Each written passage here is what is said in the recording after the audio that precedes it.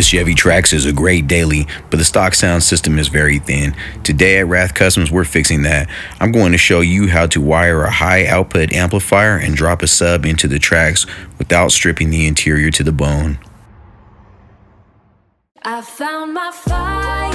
Alright, hear me out. The audio system does sound pretty good.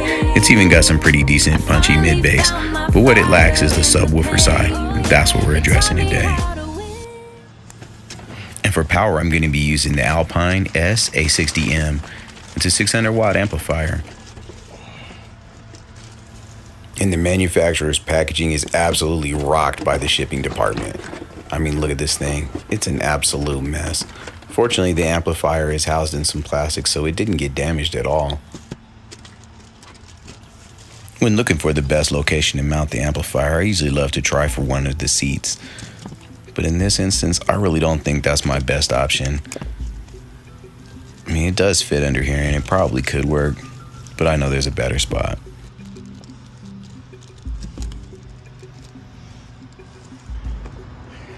This new body style Chevy Trax is a beautiful vehicle, and the engineers sure did get it right when they designed this spare tire wheel well. There's plenty of room under here for storage, and so that's the area I'm going to utilize.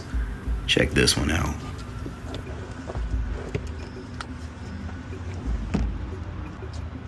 This one is absolutely begging. Once I get the mats and the cover removed, tell me this isn't the perfect place for an amplifier. Check out that fitment. It doesn't use up any of the space under here and is a great place to mount it down securely. And this Type S Alpine 600 watt amp is the perfect complement for what this Trax needs. It's ready for summer. I'm not just throwing parts in, I'm going for a clean signal. I'll show you where to tap into the factory wires and the best route through the firewall. Additionally, Alpine's RCA level inputs can accept high current audio signal, so there's no need for a separate converter. Here's another point where the Chevy engineers got it right. There's a stud for the positive battery terminal underneath this slide cover. The whole cover can be popped off pretty easily, so you'll be able to see the different fuses and power access points for integration into the electrical charging system. Check out this gasket. There's a ton of room in here, making it super easy to snake those extra wires right through the firewall.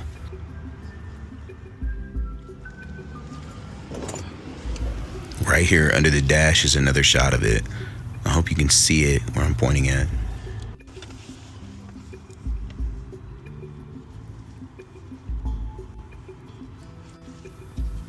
I've got the wire fish technique down to a science. Watch this. I poke through first, snag the battery wire, then it's just one smooth pull right into the engine bay. I hope you can see it back here. It's a little tough to see, but it's right there.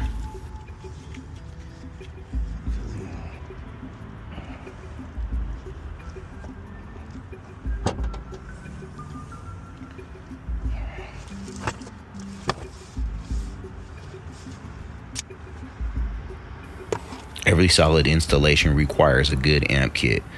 This 4-gauge kit looks killer with the blue and root beer brown wires. It's not just about looks though. It's a full installation solution, including the RCAs and a matching fuse block.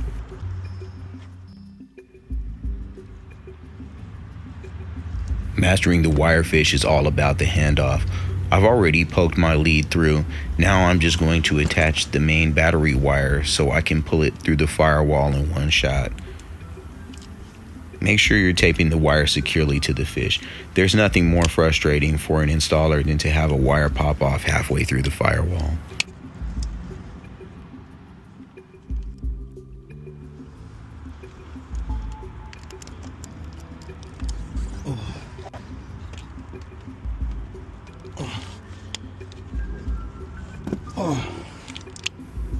So you can see a little persuasion and I got the job done.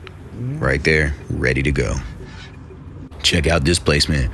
By mounting the fuse block to the battery cover, we get a super clean, prominent look. The best part, it stays fully accessible, so I'm not digging through the engine bay if I need to reach it later. Think future-proof. Next, I have to route the blue battery wire to the rear of the vehicle. Inside the trunk where I'll be mounting the amplifier, I'm gonna have to remove the driver's kick panel. It pops off with just clips right here, so it's super easy to get off.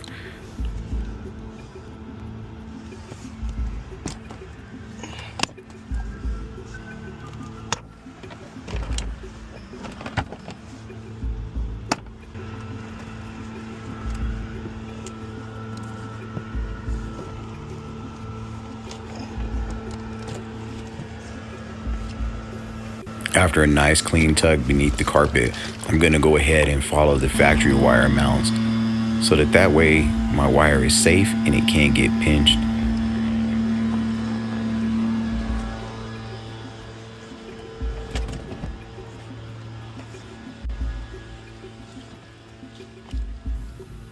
Man, the Chevy Trax has such a beautiful, comfortable interior.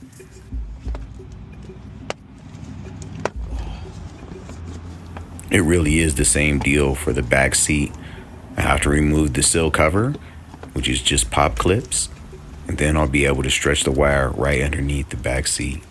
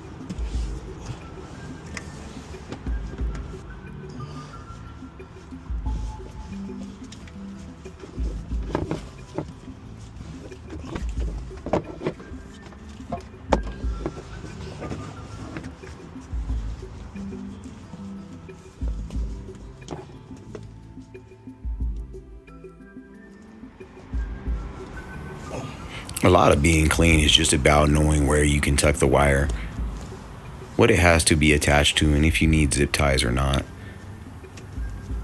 I find that as long as the wire is secure and it can't get damaged, most any place will do. These covers are designed to be able to accommodate wiring.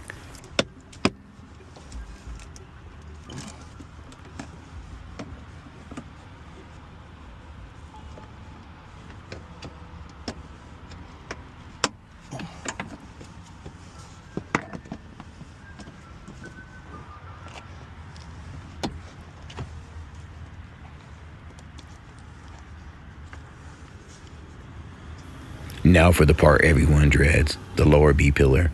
It's easily the most stubborn panel to remove on the driver's side, but you can't skip it. It is the prime spot to tap into the door speaker wiring for the high-level amp signal. The high-level signal is really what feeds the amplifier and is going directly to the speaker located in the rear door. You can pop the panel off by finding where the clips are at. In this shot, you can kind of see where all 5 of them are.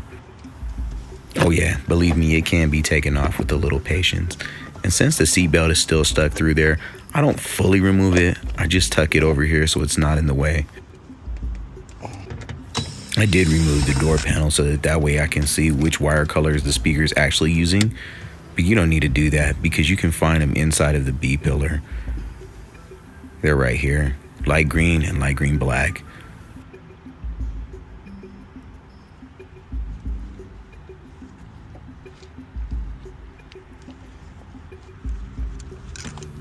So really the best way of tagging them is to find the wiring that's running up to where that plug would be, strip back a little bit of tape, and then we'll be able to tap onto the wires with these red T-taps. I like to use T-taps because they're a lot less permanent, but they still tag an audio signal very well.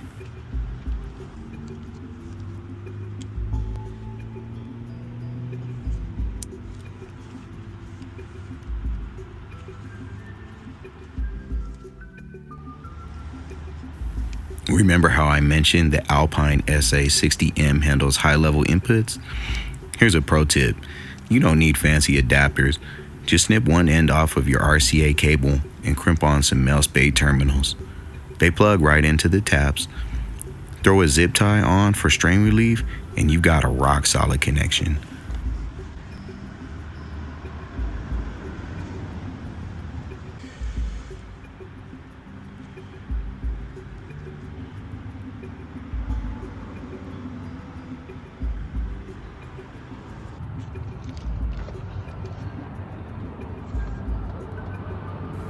Yes, it really is just that simple. So now all I have to do is get back to my amplifier. I've already gone ahead and got my power wire set up. Now I've got my RCAs and my ground. Should be enough to test it out. Gotta be enough to get the gain set.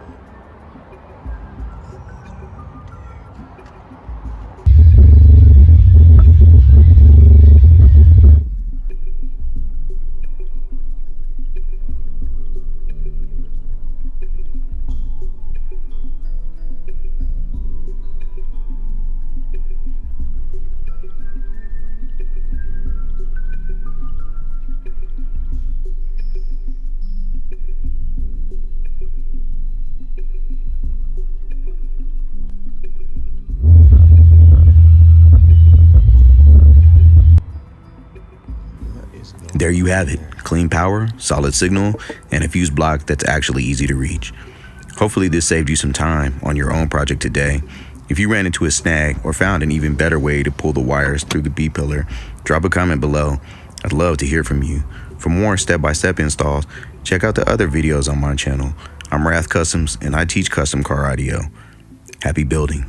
Can't wait to see you in the lanes. Peace.